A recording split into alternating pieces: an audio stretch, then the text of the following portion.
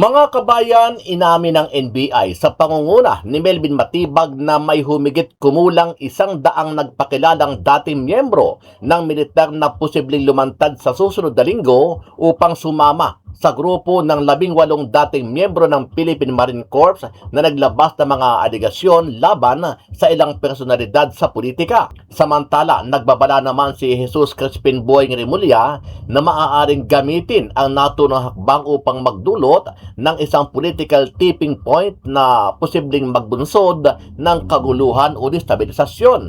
Ayon kay Remulla, may pangamba na ang sitwasyon ay maaaring magamit upang mag-udyok ng isang military uprising kung hindi ito maaagapan.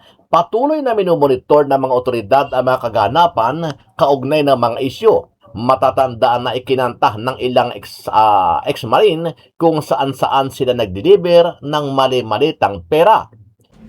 Huwag na nilang pagtakpan yung mga ginawa nilang anomalya tungkol sa pera na yan dahil lahat naman tayo alam natin yung totoo, lalo na sa amin.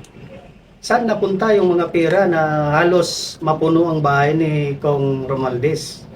Driver ako ni Boss Saldi.